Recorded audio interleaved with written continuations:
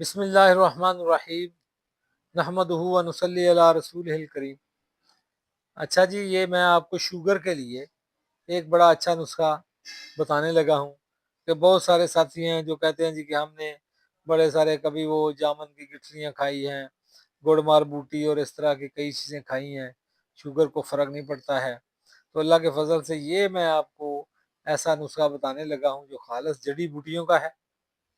اور یہ فائدہ کرے گا، اور یہ صرف شوگر کا ہی فائدہ نہیں کرے گا، یہ جگر کے امراض کو بڑا بہترین جسم سمجھو کہ جگر کے جملہ امراض جو ہے نا ان کو بھی یہ ٹھیک کر دے گا جی۔ تو ایسی ایک اچھی چیز ہے، اور خون کے اندر جتنی خرابی آ چکی ہے، یعنی خون گندا ہو چکا ہے، گاڑھا ہو چکا ہے، اس کی صفائی کرنی ہے تو خون کو بھی صاف کر دے گا اللہ کے فضل سے یہی جڑی بوٹی۔ تو یہ بڑی اچھی چیزیں ہیں ہمارے، یہ خاص بیاض کا نسخہ ہے، میں آپ کو بتانے لگا ہوں ابھی، ٹھیک ہے۔ آپ نے کیا کرنا ہے کہ سب سے پہلے گندک لے لیں، ٹھیک ہے۔ تو گندک کو آپ مصفہ کر لیں، اگر سرکے کے ساتھ کریں گے سفید ہو جائے گی اور بڑی ہی اچھی ہو جائے گی، اور یہ بڑی اکثیر ہو جاتی ہے۔ یہ ایک راز کی بات ہے کہ آپ مثلا 50 گرام گندک لیں اور ایک بوتل سرکہ اس کے اندر کھرل کر کر کے خشک کر دیں، تو یہ سفید ہو جائے گی۔ انگوری سرکہ لینا ہے، اگر اپنا بنایا ہو تو بہت اچھا ہے، نہیں تو دیتو والوں کا لے لیا، کوئی کمپنی کسی کا جو بھی آپ کو اچھا لگے، لیکن ہو اصلی، صحیح ہو، کیمیکل کا نہ ہو، انگور کا ہو۔ تو وہ سرکہ لے لیں آپ، سرکہ انگور کا بھی چلے گا، جامن کا بھی چلے گا، انار کا سرکہ بھی چلے گا،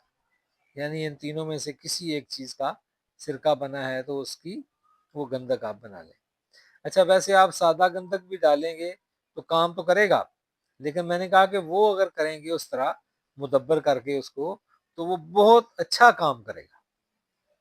ٹھیک ہے۔ تو مثلا ہم لوگ یہ نہ کہیں کہ بھئی ہمارے پاس کی چیز نہیں، اب کیسے اس کو کھرل کرنا ہے، کچھ کرنا ہے۔ حکیم حضرات کے لیے تو کوئی مسئلہ نہیں، وہ تو اللہ کے فضل سے اس کو کر سکتے ہیں،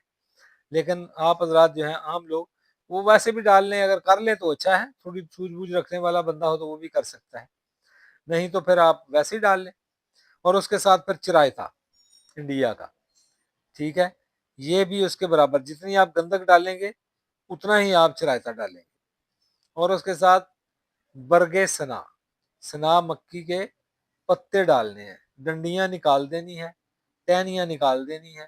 اور اس کے اندر خاص کر دیکھنا ہے کوئی مٹی کنکر پتھر نہ ہو، کیونکہ ان چیزوں کے اندر اکثر ایسا ہوتا ہے۔ اس کو خوب صاف کر کے خود اس کو ڈالنا ہے، کنکر پتھر اس کے اندر نہ ہو، ٹھیک ہے۔ تو نیم کے پتے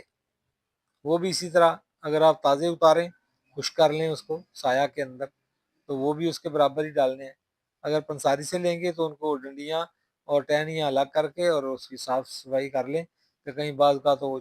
چوہے بھی ان کی دکانوں میں ہوتے ہیں، مینگنیاں کسی ہوتی ہیں یا مٹی ہوتی ہے یا ایسی چیز، تو صاف اچھی طرح کرنا ہے اس کو۔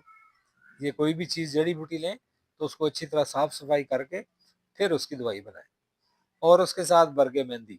مہندی کے پتے یہ بھی اتنے ہی لینے ہیں اس کے برابر۔ اور افسن تین، اگر افغانستان کی لے لیں گے تو وہ بہت اچھی ہے، اس کا زیادہ فائدہ ہوگا، نہیں تو اپنے علاقے میں بہت ساری ہے، اور میں نے ویڈیو کے اندر بھی بتائی ہوئی ہے افسن تین کہ شوگر میں کام آتی ہے، تو وہ افسن تین وہ ڈال لیں، اس کے اوپر اوپر سے پھول پھول کاٹ کے وہ ڈال لیں، زیادہ نیچے ٹہنیاں نہ ڈالیں، ٹھیک ہے۔ اور اس کے ساتھ آپ نے مصبر سیاہ، یہ افریقہ کا مصبر لے لیں گے تو وہ اچھا ہے، ٹھیک ہے۔ تو دوسرے مصبر آج کل وہ ایسے بس وہ نکلی صاحب کوئی صحیح بھی نہیں ہوتا اتنا اچھا، تو افریقہ کا جو مصبر ہے وہ اچھا ہے، آپ وہ مصبر لے لیں، ٹھیک ہے۔ یہ ساری چیزیں آپ برابر وزن لے کر اس کا صفوف بنا کے تو 500 mg کے کیپسول بھر لیں، ایک صبح ایک شام پانی کے ساتھ کھانے کے بعد، تو اللہ کے فضل سے دیکھیں کہ آپ کا کیسے فائدہ کرتی ہے یہ کئی چیزوں کا۔ تو اللہ تعالیٰ آپ کو شفا دے، اور صدقہ جاریہ کے طور پر اللہ تعالیٰ قبول فرمائے۔